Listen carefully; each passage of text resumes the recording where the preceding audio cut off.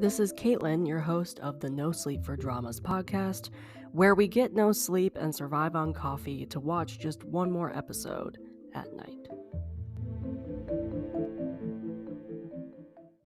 Oh, hello. Welcome back to another episode on the NoSleep4Dramas Podcast. I'm your host, Caitlin, and Happy New Year, everybody. It is now January. We are staunchly into 2026. And that means, as we always do here on the NoSleep4Dramas podcast and blog, we reflect. January is basically when I talk about my favorites of 2025.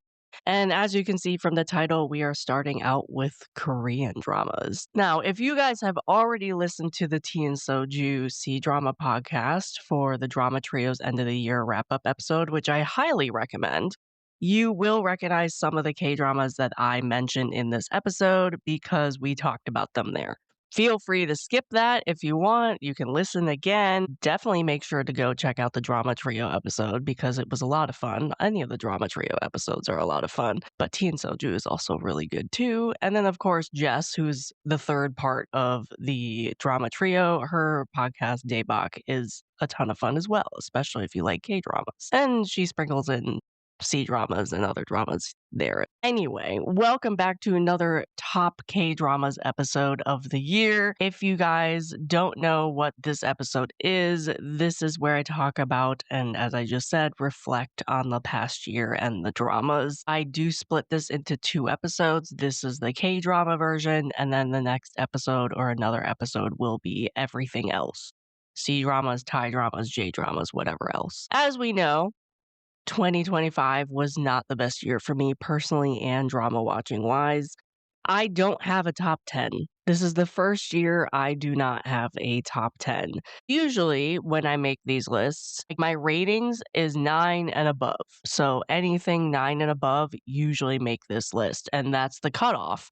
Because normally, in a normal year where I'm watching 50, 60, 70 dramas in a year, that's enough to get 10. Because if I go beyond that, that's more than 10. And I do have honorable mentions always. This year, I didn't have enough. And I was debating, do I go below 9? I did a lot of rewatches in 2025. Do I include those, even though they're not 2025 dramas? So I decided to just make my life easy.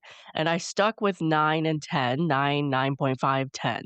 And then if I had 8.5s and my rewatches, I have honorable mentions. You will have more than 10 in this episode, but the honorable mentions I'm really kind of just going to mention at the end. Currently, I have a top 7 of 2025. We know 2025 was just not a good year. My list is going to look vastly different from a lot of people's. Maybe not everything. You will recognize some stuff both on the K-drama list as well as the other dramas list that a lot of people love this year. But you will probably say, like, why isn't this K-drama on Caitlin's list? It's probably because I didn't watch it. Past years, I would say, okay, I didn't watch it or I didn't like it. This year, it's probably because I didn't see it. I didn't watch it because I didn't watch a lot of K-dramas. My top 7 are 2025 dramas, which is one of the reasons why my rewatches are in the honorable mentions. I tried to keep this list to 2025. I also will say, which I said in the Drama Trio episode, I also don't think K-dramas were really that strong in 2025, even the ones I watched. Me personally, I've seen better years when it comes to K-dramas. It was starkly apparent in 2025 for me. That might be the types of dramas I chose to watch. That might be my mental state. I don't know. For me, K-dramas were not strong in 2025. I also didn't watch a ton of K-dramas either. So that is my personal opinion. I did watch some amazing K-dramas though in 2025 that deserve to be talked about and recognized. But I will say, I'm sure my list is vastly different from a lot of people. This list is in no particular order, except for the top 3. I did rank the top 3 because nothing really could pass those. The K-dramas all did air in 2025 in my list of rankings, like my 1 through 7. In my honorable mentions, that might not be the case. But there are a couple that I started in 2024 and it ran into 2025. Basically, this list is I watched them and completed them in 2025. Mainly completed them in 2025. But most of them are 2025 dramas. Again, I will reiterate, if your favorites are not on this list, it probably means I never watched them, not I didn't like them. I hands down guarantee I didn't even watch it, which is starkly different from some other lists. I know I missed a ton of K-dramas this year, so let me know some of your favorites. I'm curious if any of my favorites are your favorites, and I know there's multiple crime K-dramas that I just missed. I did not watch that I wanna watch, so maybe you guys can suggest some of the 2025 crime dramas that I missed that you like. I make these lists to suggest some good dramas for you guys to watch in the future, maybe that you missed yourself, or you wanna trying out a new genre or a new type of K-drama. So let me know in the comments what were some of your favorites, and let's just get started. This might be a shorter episode due to the fact I really am only gonna be talking about 7, but we'll have to wait and see. Alright. My first and probably my number 1, it can be interchanged with my number 2, I'll explain that with my number 2, but my number 1 is Study Group. This is a 2025 K-drama. It has 10 episodes. You can watch it on Viki, where I am. This and my number 2 is The Trauma Code, could have switched places. They are both rated a 10 out of 10, and both of them are my top K-dramas of 2025. Study Group is probably one of my favorite K-dramas of all time. Did not anticipate how much I would love this drama. Hwang Min-hyun's character was a highlight for me. It was just a fantastic K-drama. No notes. I loved everything about it. Enjoyed it from beginning to end. Per usual, one of my favorite tropes ever, found family. I love the found family in Study Group. Fantastic found family. Probably why I like it so much. The duality of Hwang Min-hyun's character was a lot of fun to watch. At one point, he was collecting people like they were Pokemon for a study group, and then the next minute, he was punching somebody through a wall. I loved that. I loved rooting for the underdogs and watching them progress and improve. The support characters were also a lot of fun in this drama. I loved that the drama kept some of the manhwa feel with the special effects and the fight scenes and the male lead's like superhuman fighting ability. And on top of that, the cinematography was fantastic because they kept these types of elements in the drama itself as well. One of my favorite scenes, which I talked about in the drama trio episode, was when Hwang Min-hyun's character jumped from, we clarified, a 4th-story window to punch a guy on the ground. And it was just so ridiculous, but also fantastic at the same time. I was laughing, but also in awe when I watched it because I wasn't expecting it. I couldn't help but smile while watching this, and I think that's another thing that made this a favorite was because of how my mental state was in 2025. If I could find something to enjoy and that would make me smile, same with Trauma Code, that was it for me. That was my number 1. So Study Group and Trauma Code definitely made me laugh, definitely made me smile. And they were both ridiculous because they were over the top and unrealistic. Trigger warning for Study Group. It is really violent. You do have kids fighting and basically punching the hell out of each other. People might not like that. So, as I said, I rated Study Group a 10 out of 10, no notes. I had no dislikes with this drama, and I cannot wait for season 2. My number 2, as I mentioned, was Trauma Code Heroes on Call. This is a 2025 drama. It has 8 episodes and it is on Netflix. I already am so excited for more seasons. I think it's been confirmed for season 2 and season 3, but definitely confirmed for season 2. I cannot wait. As I said, this could have been switched with number 1. Study Group and this go hand in hand. They were very close for me. As I said with Study Group, there was nothing I disliked about Trauma Code as well. It's a fantastic binge. I cannot believe I almost did not watch Trauma Code because it is a medical drama. I usually don't watch medical dramas. And I think the reason why I clicked play on Trauma Code was because it was over the top. It also was emergency room trauma stuff, which I love. Like, I'm a ER girly. I love ER. I went to school to be a ER night nurse. So the whole fast-paced action part of Trauma Code spoke to me in the trailer, and I was like, I need to check this out. And it was fantastic, and it was unrealistic, and it was over the top, and I loved every second of it. Again, you got found family in Trauma Code, you got action balanced well with comedy, which I was surprised I liked the comedy so much in this, but it was great. You care about the characters and the cases. Ju Ji Hoon was a hoot in this drama. He was amazing and such a delight to watch. He was probably one of my favorite characters. I thought the cast did quite well and had some great chemistry. And again, along with Study Group, you become attached to the characters in Trauma Code. And I love that you got like growth from a bunch of the different characters. And speaking of balance, I also thought it had a good balance of hospital politics and character stories. It wasn't bogged down by the politics, and you cared a lot for the character stories and the patient stories, and I thought that was a good mix. It was unrealistic. I was okay with that though. I was there to be entertained. It didn't even end on a cliffhanger, which I was expecting it to because it said that it was going to have multiple seasons, but you could watch it and be okay and not need a season 2. I do have to put a trigger warning again for Trauma Code because you do have surgery scenes and wound scenes. You might not want to watch this if that bothers you because it's a medical show. So you're going to see surgery scenes, you're going to see organs, you're going to see blood. It's a trauma center. Right. I personally highly would recommend this though. I rated the Trauma Code a 10 out of 10. My number 3. I honestly was not expecting to like this as much as I did, and I even am surprised myself I liked this. That is Karma, the K-drama Karma. 6 episodes, it's on Netflix, 9.5 out of 10.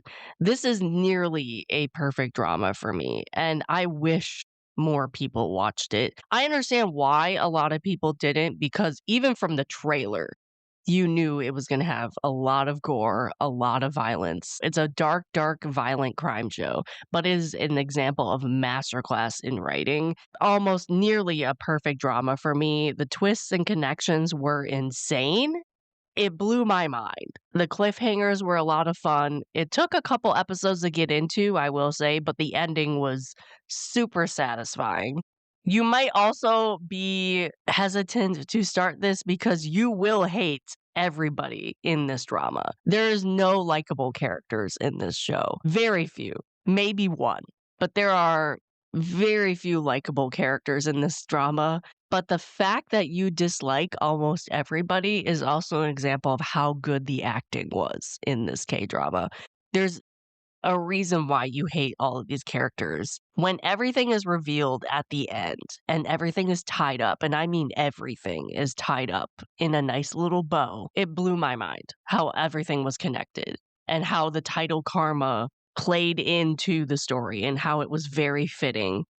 And your understanding of that entire web being tied up into a bow at the end, masterclass in writing. Masterclass in writing. There were no threads left at the end of the drama, which is rarely done these days. And I know not a lot of people are going to watch this because of the violence and because of how dark, but I feel like it is very underrated for 2025 because I didn't see a lot of people talk about this drama because I don't think a lot of people watched it due to the fact that from the trailer, you know it's going to be dark, you know it's going to be violent, and it's a crime drama. Many people don't watch it, but that is my number 3. Karma, 0.5 out of 10. You can watch it on Netflix. The rest are in no particular order now. Number 4 on the list is The Trunk. This started in 2024. I watched it and completed it in 2025, really early. I think it was like my first drama I completed in 2025, if I'm not mistaken. 8 episodes, Netflix. Listen, if I had watched and completed this in 2024, this would have easily made my top K-dramas of 2024. The K-drama definitely was not what I thought it was going to be. The trailer gave off crime drama, but in hindsight, that was a very small part of the K-drama. You watch this for the leads, the characters, and the relationships between these characters. And it paid off. It paid off. I loved how flawed all of the characters were. There was no unflawed character in this drama.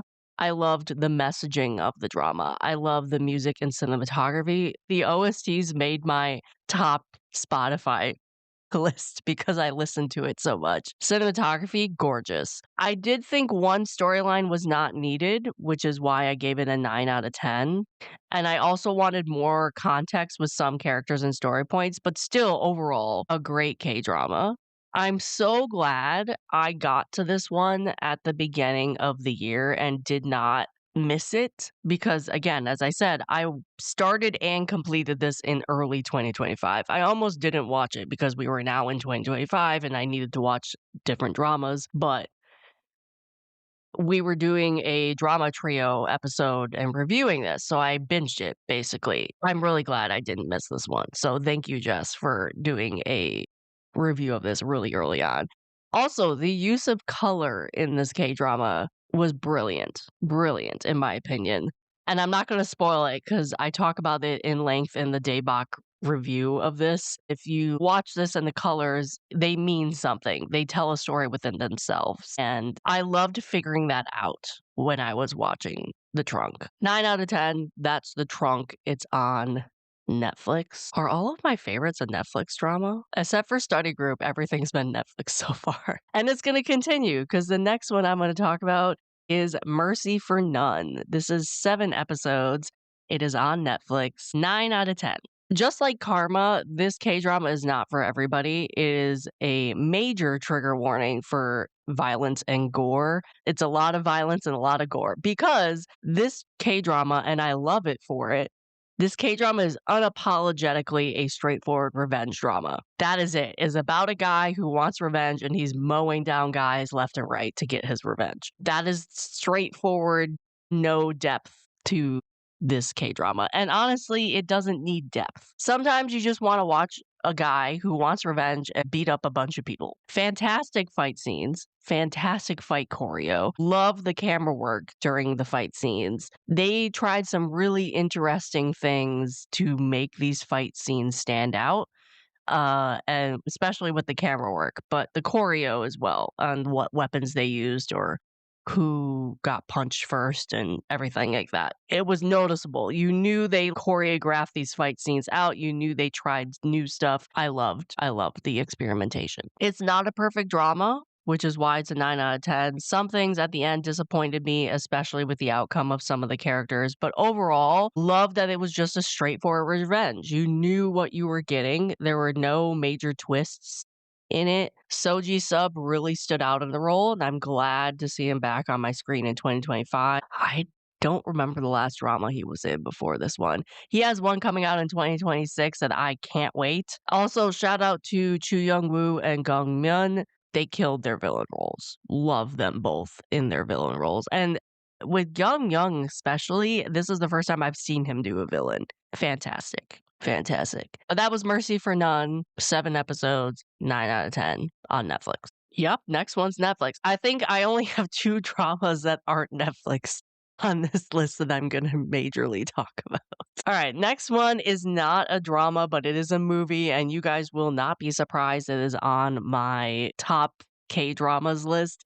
And that is K-pop Demon Hunters movie. It's on Netflix. I gave it a 9 out of 10. I had to mention this. I mean, I'm sure people are not surprised by this. We have a podcast review of this on the podcast. Shout out to Becky, Don't Sue Rebecca on TikTok, who basically hounded me to watch this movie, and then we did a review on it. I'm so glad I watched this movie. I was really late. I think I didn't watch this movie for about 2 months until it came out, maybe a month, and I almost didn't watch it because I didn't think I would like it. God knows why. I even talked about this in my review episode. I don't know why I thought I wouldn't like it. Because I loved it. I think I've watched this at least 3 times since I watched it the first time for the review. If you want a full in-depth review of this and basically Becky and I gushing about it, you can go and listen to that review on the podcast. It was a lot better. The movie was a lot better than I thought it would be. I love the concept. The music was really catchy. I listened to the soundtrack a lot in 2025. I love that they went all in too. They created choreo for the songs. The K-pop world was well built. They talked about a lot of the issues within the K-pop world and what an idol might have to deal with. Loved all the Korean culture that popped up. I think they showed that very well, and it was a homage to that. Love the references to the dramas, like Business Proposal. There was a lot to love about this movie, and so it's not surprising that it became a global phenomenon. It was downrated for me because I did have some unanswered questions at the end, and the pace seemed really, really fast. And maybe that's because I'm not used to watching movies. I don't know, but it seemed too fast, in my opinion. 9 out of 10. I can't wait for another movie or a TV show, whatever they decide to do. Uh, this was a highlight for me for sure in 2025 and when it comes to K-drama, K-movies type thing. That was K-pop Demon Hunters, 9 out of 10 Netflix. And the last one that is on my list before the honorable mentions, so my number 7 is Good Boy. This is 16 episodes. It's on Amazon Prime. I rated this a 9 out of 10. I know this is a K-drama that not a lot of people watched. I haven't seen a lot of people talk about it. So maybe I just am not following the people that watched it, but I don't think a lot of people watched this. For me, it's underrated for 2025 because I don't think a lot of people watched it. For me, it was one of my most anticipated K-dramas of 2025. I liked this more than I thought I was going to because I went into it thinking it was just going to be a comedy crime drama, which it was on one hand. But on the other hand, it had some trauma, K-trauma, especially Park Bo-gum's character, but everybody had trauma, some type of baggage in this. Trauma galore, as I say. Park Bo-gum's acting was phenomenal. Loved the villain, one of my favorite villains in 2025. Phenomenally acted. I need to see more of him. Also, some of the support villains were a lot of fun to watch. They had their own story within themselves and they had their own little romance, and it was a lot of fun that the writers gave some depth to the support characters. I personally would have trimmed off some of the episodes in fluff. It did not need to be 16 episodes, but I would still recommend it. The K trauma was also not fully resolved how I wanted it to be by the end, and people might be mad it could have a season 2 if the K-drama wanted to make one. It didn't have a cliffhanger or anything, but if they wanted to make a season 2, they absolutely could. Found Family, fantastic in this. Fantastic. It was so good because everybody in this drama had baggage. Everybody. Some more than others, but everybody did. The found family came into play so much in this because as everybody's baggage was revealed, they would gain support from the other characters, whether they actually were like quote unquote enemies or not. Even villains had found family and had some baggage that they were resolving within themselves. It was a lot of fun. Now, if you have listened to the podcast and any length of time in 2025, you know my love for Lee Sung-gi in this drama. I don't know where he's been in my life. I've seen him in other dramas, and maybe it's just like he just wasn't shown in the light that he was in Good Boy in other dramas. But I need this man front and center in a lead role, not that weird spin-off thing from that other Amazon Prime show that apparently didn't work. I need him as a lead. I need him as a romantic lead. I need him as an action lead, whatever, because he blew my mind in Good Boy. He was this fencer in Good Boy, and he just was wearing these tight t-shirts the entire time.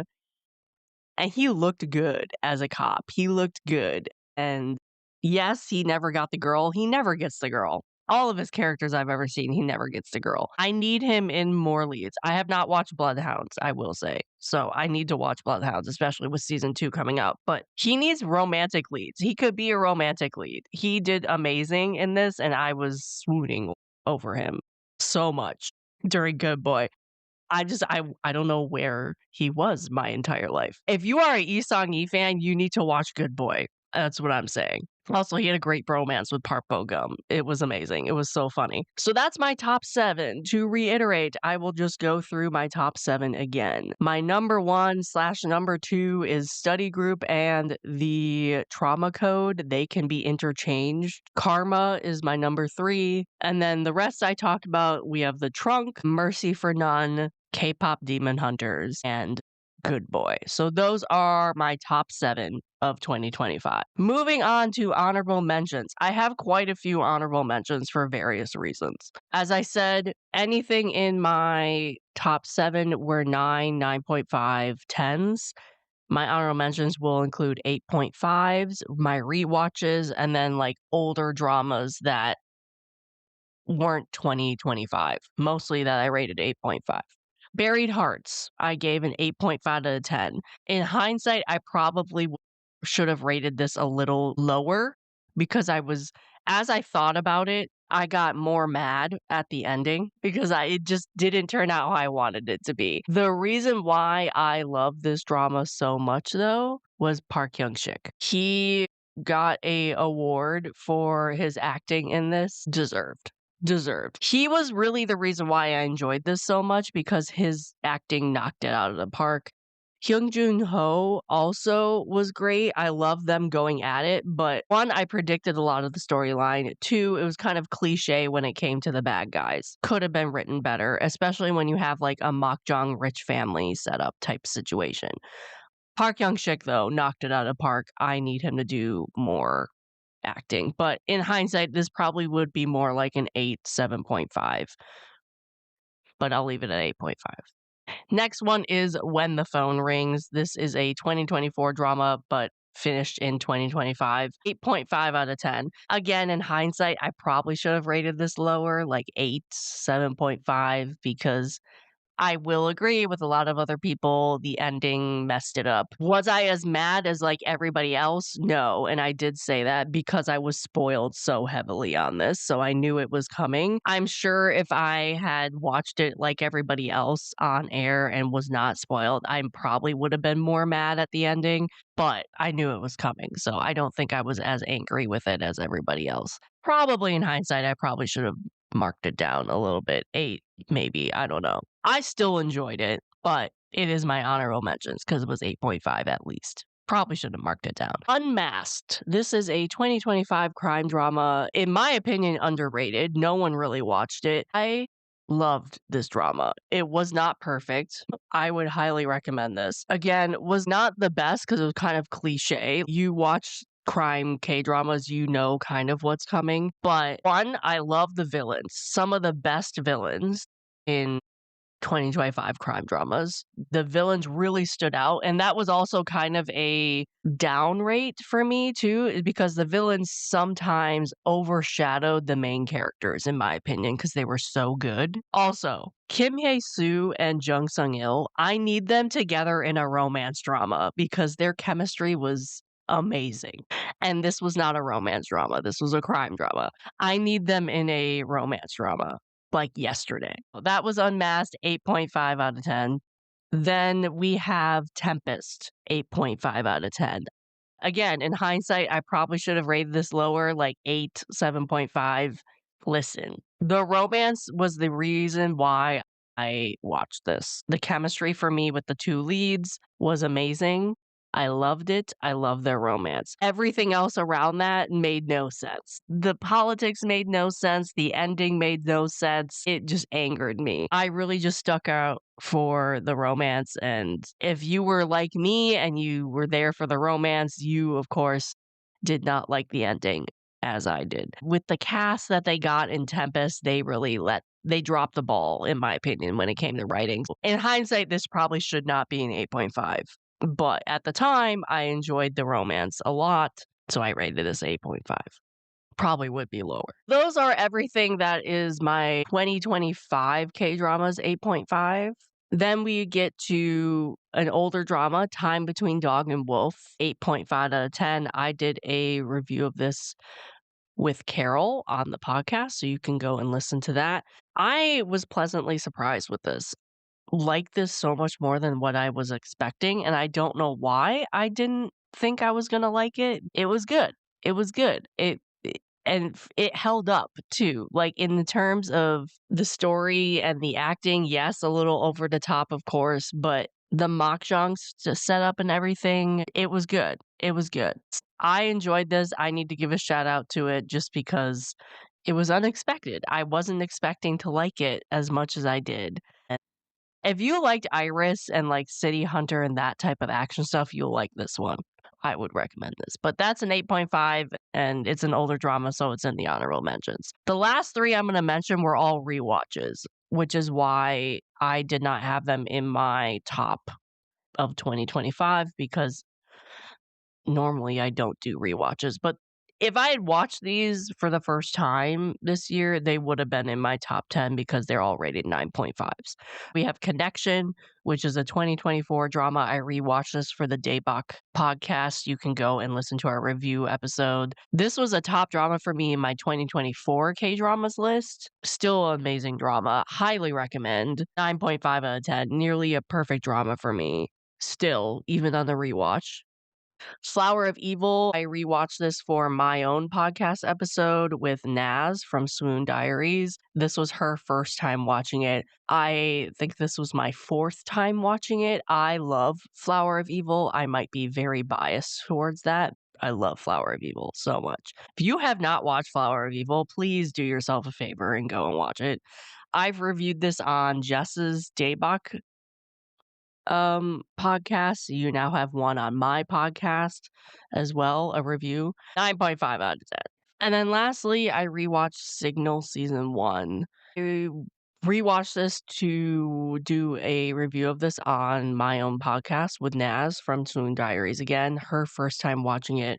I rewatched it after 10 years. I don't know what's going to happen with season 2. I'm praying they're still going to release it. We need it at this point, but 9.5 out of 10, a classic crime drama. Again, because it was a rewatch, I didn't put in my top dramas of the year, but I just needed to honorably mention it because it's a classic crime drama and you all need to watch it. That is all of my honorable mentions. I will quickly list them again. We have Buried Hearts 8.5, but should be lower in my opinion now. When the Phone Rings 8.5 should be lower.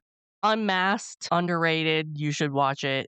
Tempest 8.5 should probably be lower at this point. Time Between Dog and Wolf 8.5, and then we have my rewatches Connection, Flower of Evil, and Signal, all 9.5.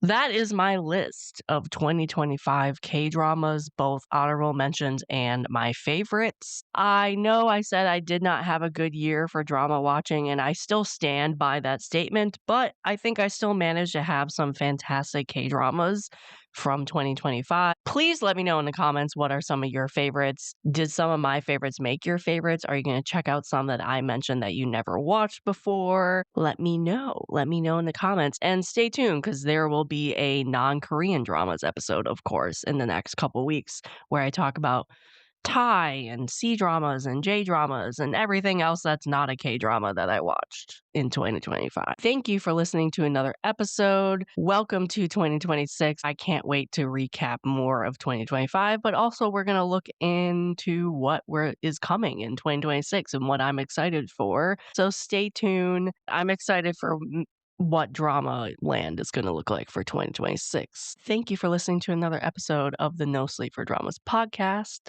Bye. If you want to continue the conversations about dramas that were started in this episode, you can find me on Instagram, TikTok, and Blue Sky under the username NoSleep4Dramas. That is no sleep, the number 4 dramas, just like in the title of the podcast. This podcast is also an expansion of my blog, so you can visit my blog at www.NoSleep4Dramas.com, the number 4 dramas.com, and find multiple years of blog posts already available at your fingertips. All links are in the description of this episode. Finally, please give this podcast a like or a follow wherever you listen to the podcast. Leaving a comment or a review also helps a lot. We love hearing ideas and feedback from all of you. Share the podcast with your friends as well.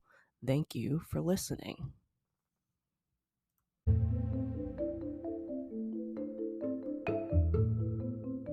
This has been an episode of the No Sleep for Dramas podcast, and I am your host, Caitlin. I will see you here next time, and I hope you get no sleep chasing the next episode just like me. Good night.